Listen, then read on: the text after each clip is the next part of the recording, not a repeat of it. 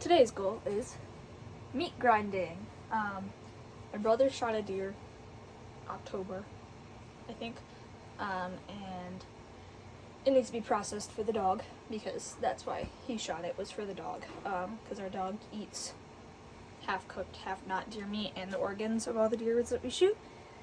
But it's currently sitting in the deep freeze and it needs to be processed. Now my dad's on a hunting trip, and also there's backstraps that need to be processed. So that's what today is going to be done. That didn't make any sense, but that's okay. And so we got a vacuum sealer. This thing says Weston, I think. I have no clue. Weston deer meat. And then the Cabela's grinder. You can't see it. It's down there. This thing right here. And so I have to pull the deer meat out of the deep freeze and trim up the back straps. So today we're going to be showing how we do that. Yeah. And then oh god, just let it. Okay, so all the stuff from the basement. This is another vacuum sealer. I don't remember which one works and which one doesn't. All of our bins for meat. Our meat grinder. This is our big grinder. He's gonna be helping me. You're so weird. And then cutting boards, and I have to go get all of the meat out of the freezer. Hold there.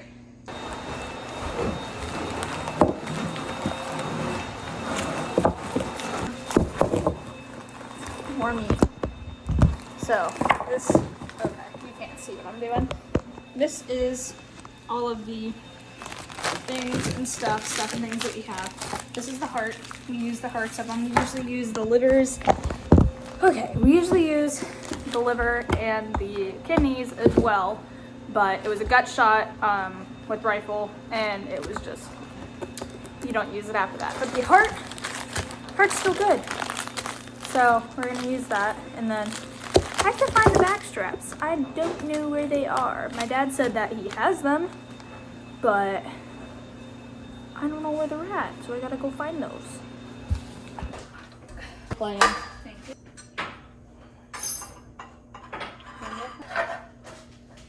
Beat him. These have been sort of thawed, but it's best to work with them when they are still a little bit frozen. That way the meat doesn't get as soft. And so we're gonna transfer all of these into this. I have like 6 bags. They're all gonna go into here. Stop picking your nose. I'm not mentioning it. All of these are gonna go into here. Then we grind, then they go into here. And right now I have this at a pretty big, what's it called? Like sausage meat grinder thing. It can go smaller, and we're gonna go for a second round of grinding when it's smaller. All right. Majority of the meat is separated. I have hiccups, but I still haven't found the back straps. And there's Hamilton playing in the background. We're just gonna ignore that. But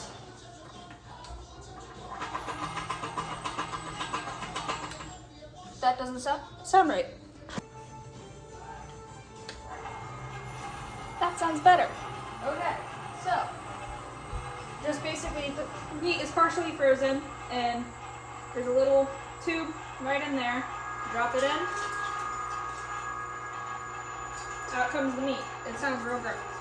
So here I'm just putting all the meat in the grinder. It probably took only like 15-30 minutes. I did have to cut parts of it up because it was either too thawed or too frozen, and so it wouldn't actually go like in the grinder because it would be too big. But yeah, it wasn't too bad. It was just really, really cold on my hands. Right.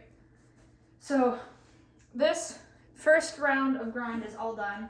I have to empty out all of the grossness in there. And then what I'm actually going to do is I'm going to switch these out. So all of what we already grinded is going to go back into this original one. And then we're going to run this through it again But I forgot to grind the heart, so I'm gonna do that real quick. Also, in case you're wondering, this is a deer heart. It's pretty cool. If you cut it open, you can see each, how do you cut a heart? You cut it this way. Ventricle. Yeah, each side of it. So these actually, fun fact, broken heart syndrome is when these break and the heart isn't able to contract, so it can't pump blood. So you can literally die from a broken heart. But I have to get rid of, I'm dripping blood all over the floor. I have to get rid of all these blood clots because it's not healthy to eat those. But that's what a heart looks like. It's pretty cool. Hands are gross, covered in meat. My nails, disgusting. But we have first round with the thin, like coarse thing. And if you look at it, it's way different than what it was. It's more like pattyable. Usually this is what we would use to mix in, or hamburger patties. We would add extra stuff in there if we wanted to. See, it's a little burger. But one more round with that, and then I'm gonna start to weigh and bag it. So I didn't actually end up recording what I had originally said, but at some point we switched over after 2 rounds of using the thick, coarse grind. We switched over to the thin one. So this is the last round right now of the thin stuff, and it was really thawed, so it was really hard to get through. Took way too long, but yeah, it was chill. It was fun. So this is, I have to take this part now. A lot of this stuff that's on here is just fat, and so like all this meat, this is all good. I cleaned it out majority of the way, but this white that's sort of just sitting on there, that's all fat that I have to take off. It's all in there too. There's some meat back there that I have to clean out. There's Hamilton in the background, so very sorry about that, but yeah, now it's just bagging this stuff, getting it weighed out, bagged. Christian's coming back, so he can help me with that. But yeah, that's 4 runs of grinding, and we have a pretty big thing of it. Yeah, it's good. It's fully ground up. All the fat's integrated in it, except for the stuff that got caught. And now we're ready to bag.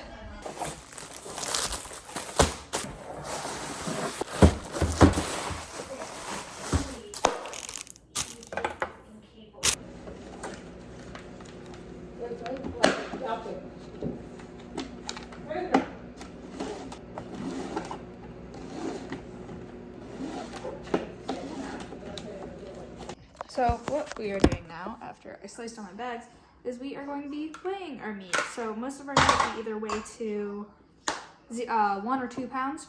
But yeah, now we have this fun process. It's going on 8:30. I started this like 2 hours ago. It's a long process.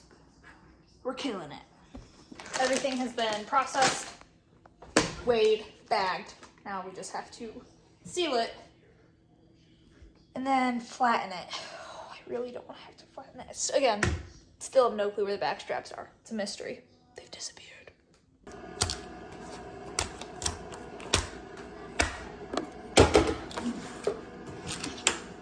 Oh, so what this thing does, we use it to flatten out our meat so that it's stackable in the freezer. It's just a cutting board, and when I put it in the vacuum sealer. By the way, other vacuum sealer did not work, so I had to switch them.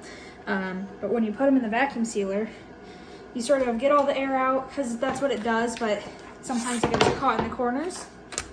And so you put it all out, get all the air out, and then use this, flatten it, and that way they're stackable in the freezer. It's real nice. A lot of people ask, they're like, well, what's the point in hunting? You can just go to the store and buy meat.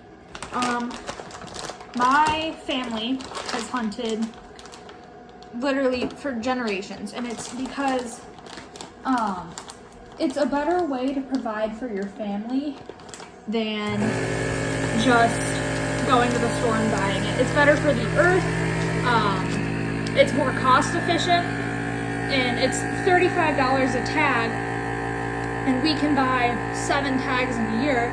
Okay, now imagine what you'd be spending on beef. Also, my mom can't eat beef. I have an allergy to, or a sensitivity to it. And so it's also population regulation. Where we hunt in West Virginia, there's an overabundance of deer. And so we hunt to regulate the population because there isn't a whole lot of natural predators down in West Virginia. There isn't wolves or coyotes, but it's not a natural thing. So there are a lot of benefits to it. And it's not just simply because we want to go out and shoot guns. It's because it's a way to provide for my family, for my dog. And it's just a good thing to know, right? Like when the world's ending someday, it's a good thing to know how to hunt. You can't go to the grocery store if the world's ending. There's not gonna be anything there. But yeah, I still have just a little bit left. We'll be good. Found the backstraps. They're very, very frozen. What? Look at him. What are you doing, huh? I don't even know if you can see them. Yeah, you can. Okay. Anyway, found these. I gotta thaw them out. If I do that, I'm probably gonna clean up a little bit. But now we gotta trim these bad boys. And now we cut the steaks. So how my father taught me to cut steaks was by a knife. This is a really nice one. It's made by a knife company here in Ohio. And then we have our steak. These were already cut, but these are the back straps. So what we're gonna do is have the steak down here like this. Go in from the side. Actually, you know what? I'm gonna puncture it this way. Go in from the side, keeping your knife really close to the bottom. And you're just gonna take it almost flush with the board. And that allows you to get all the sinew off. I'm gonna have to go over that, but all the sinew off while keeping a lot of your meat. And so I'm just gonna do that to the other side. Get it in the same spot.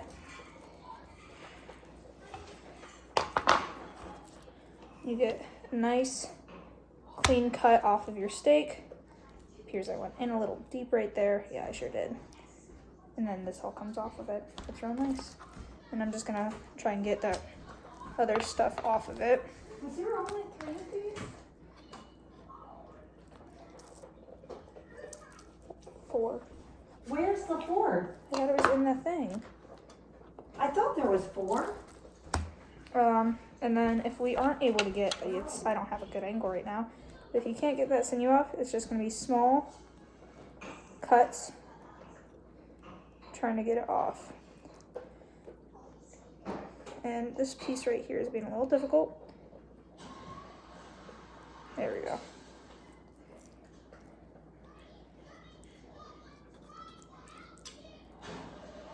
Oh.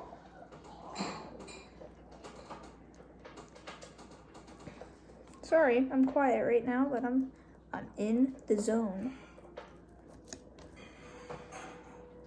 And that allows, you know what, this knife needs sharpened. That's my issue. What? Those are the parts where you should be like, so this is... No, because this part's still important. It's like, it's still, yeah. This knife needs sharpened. And then trim up the edges, get a lot of this sinew off. Again, you have this real thick stuff over here on the sides. Get all that off. Oh, I could have used that meat right there. Here, I'll cut it off for the dog. Because I did cut too much off.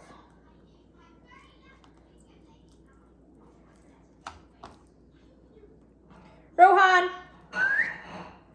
You want a piece of meat? Cooked up in little bits for you. Here you go.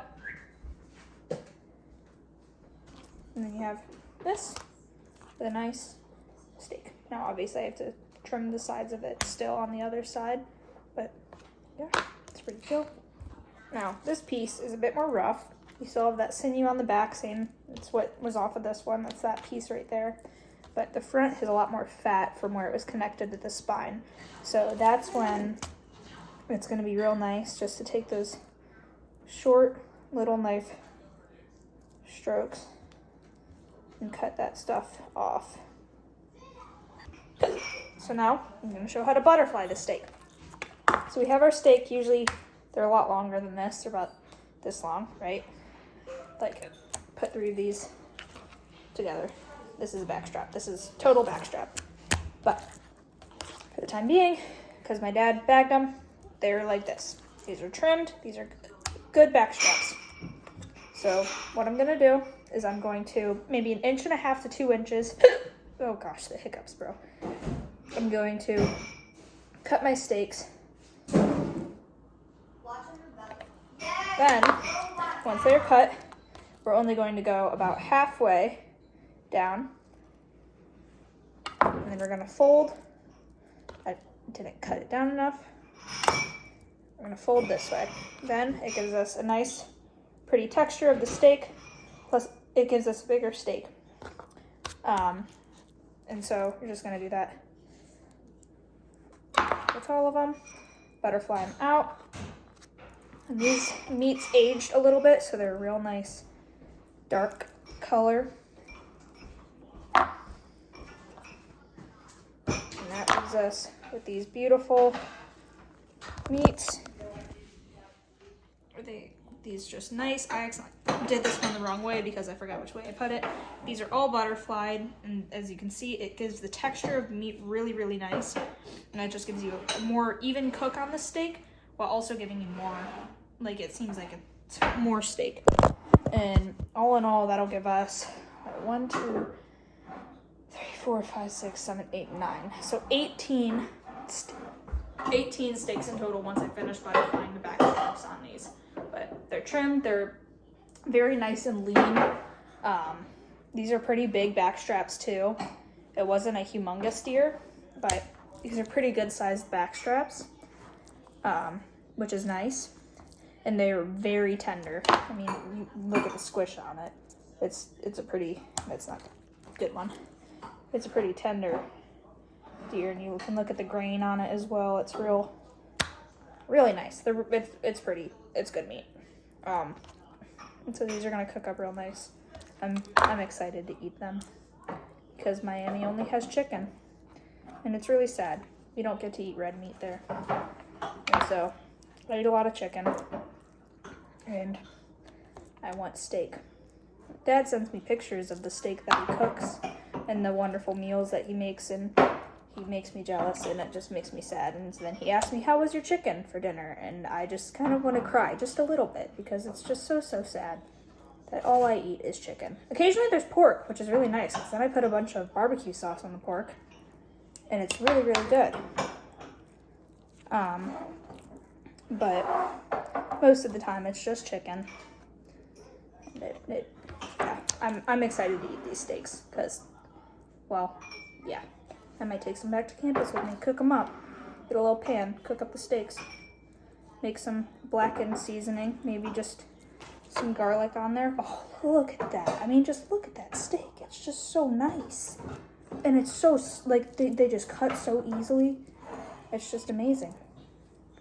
And these are all of our steaks. This one doesn't look right, so we're just gonna replace it. We don't like that one. We're still gonna eat it, obviously, but I cut it the wrong way. And yep, that's it. These are all of our steaks, and they look great. I'm so excited to eat these. And that's it. That's the end of it. That's how to process your deer meat and how to butcher backstraps, and that's it. I need a thumbnail. Hold on.